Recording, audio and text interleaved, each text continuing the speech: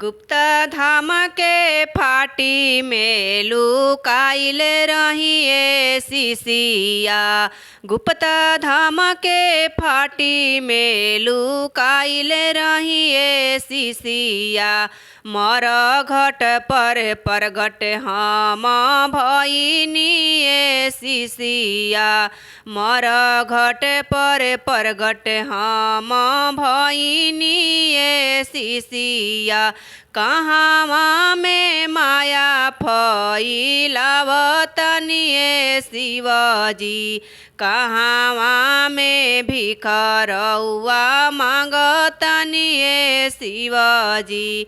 कहवा में भिख रउआ मांगतनिए शिवजी। कल जुग में माया फैलावतनिए शिशिया।